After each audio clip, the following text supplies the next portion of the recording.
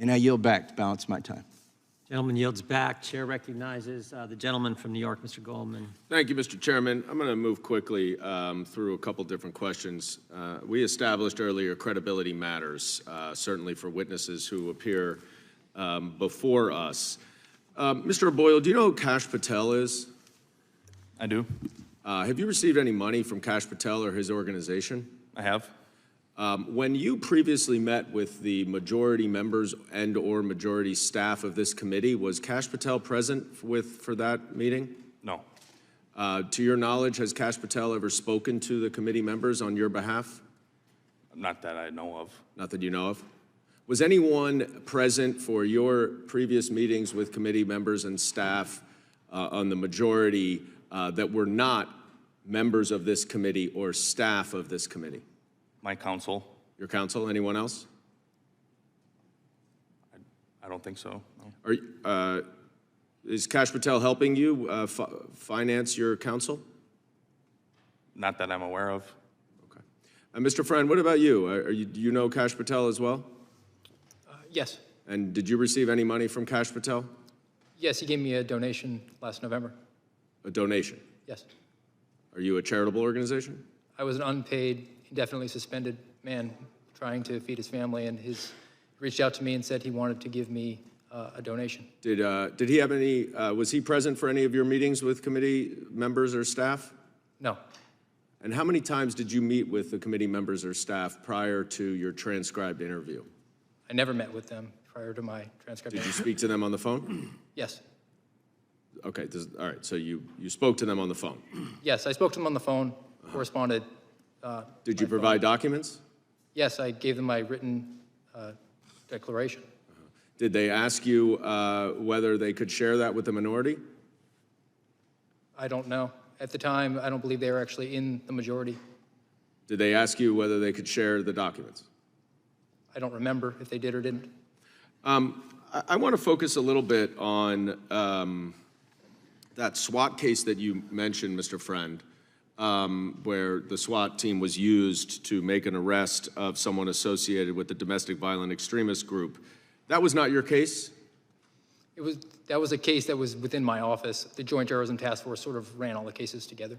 Okay. Well, did you work on that case? My name is on it. I did not perform work for it. Got it.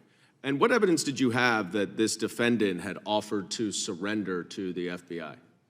The evidence I had was in his conversations with the individuals from my office who he spoke to. He said that he would cooperate. So he said he would cooperate with the FBI, but he never told you that he would surrender upon to an arrest. Those are two different things, you agree, right? No, I wouldn't. If somebody told me that if you need anything from me, just let me know, I'll cooperate, I would interpret that to mean I could reach out to them if I had a criminal charge. Really? Yes. Interesting. All right, that's certainly not my experience. Mr. Allen, you passed around information to other members of the FBI related to January 6th, is that right? Yes, sir. And you were admonished by your supervisor not to do that, is that right? I was not, sir. You were not. So when it says here in the FBI's letter to Mr. Jorman of yesterday that your supervisor admonished you to stop circulating these materials on multiple occasions, you're saying right now that the FBI is lying to this committee? That statement that they wrote is inaccurate. Okay. Did you write to your colleagues to, quote, exercise extreme caution and discretion in pursuit of any investigative inquiries or leads pertaining to the events of January 6th? Yes, I corresponded with my teammates. Did you write that? Yes, I wrote those words in the correspondence. And that was after you had been admonished not to send information about January 6th, right? I was not admonished to not send information. But you do agree that your personal opinion should not influence your official duties, don't you? No, you should be objective and analytical in all the decisions and information. No, that was my question. Your personal views should not influence your official duties.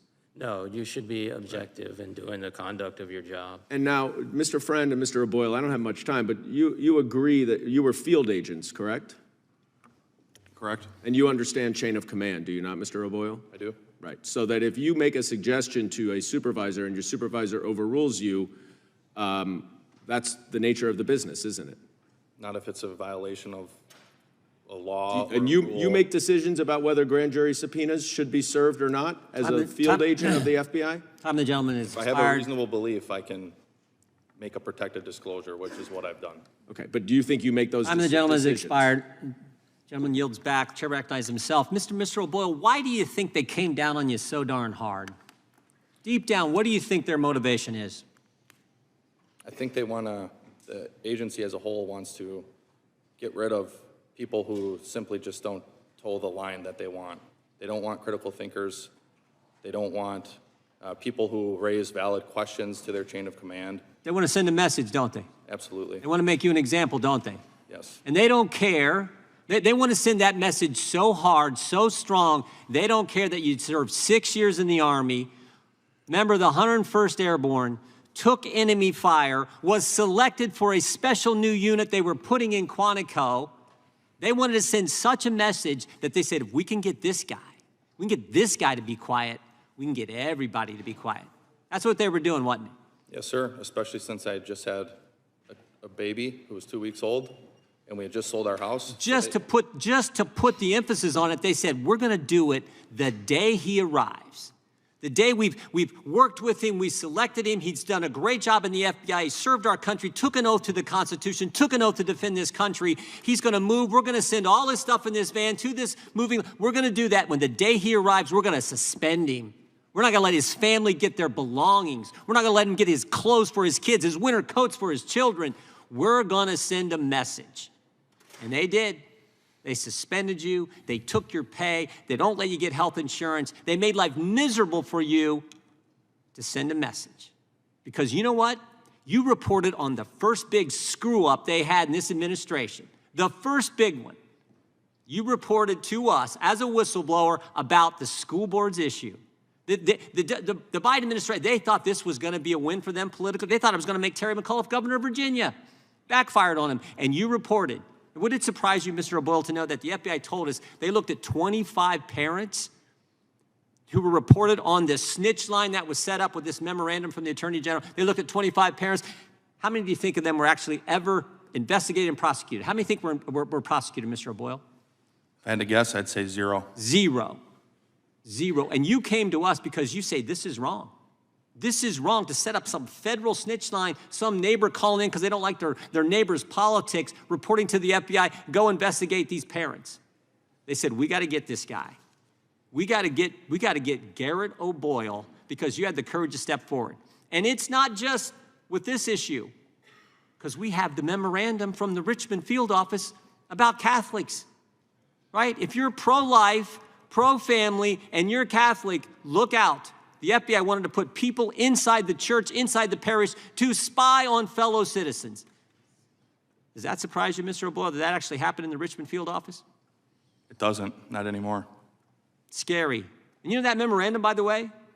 It was signed off by 5 people in that office. One of them was the chief division counsel, a lawyer who supposedly went to law school and probably had a course on the Constitution, signed off on that memorandum. Scary stuff. Scary stuff.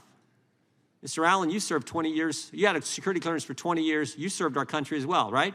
Yes, sir. Honorably discharged. Yes, sir. Won medals from the Marine Corps. Yes, sir. They came after you too, didn't they? And you simply did. Mr. Goldman just asked you a few questions. You were simply doing your job. Your job as an analyst is to compile information, open source information, present that to your colleagues so they're fully informed about the case. Is that right? Yes, sir. And you did that job, didn't you? Yes, sir. You followed your oath, right? Yes, sir. You adhered to the rule of law.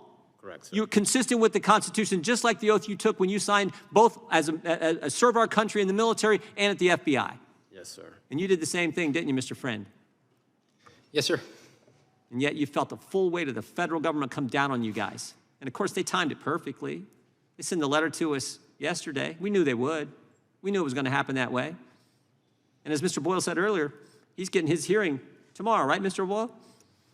That's when they tried to schedule it. We've not heard back. Yeah, thank you. Thank you for your service to the country. Mr. Bishop was right. The poise, the way you've handled yourself, the gentleman way you've handled yourself here, the way you've served our country, it does not go unnoticed. The American people appreciate what you've done for our country and what you are doing for our country. God bless you. I yield back. Now recognize the ranking member of the Virgin Islands.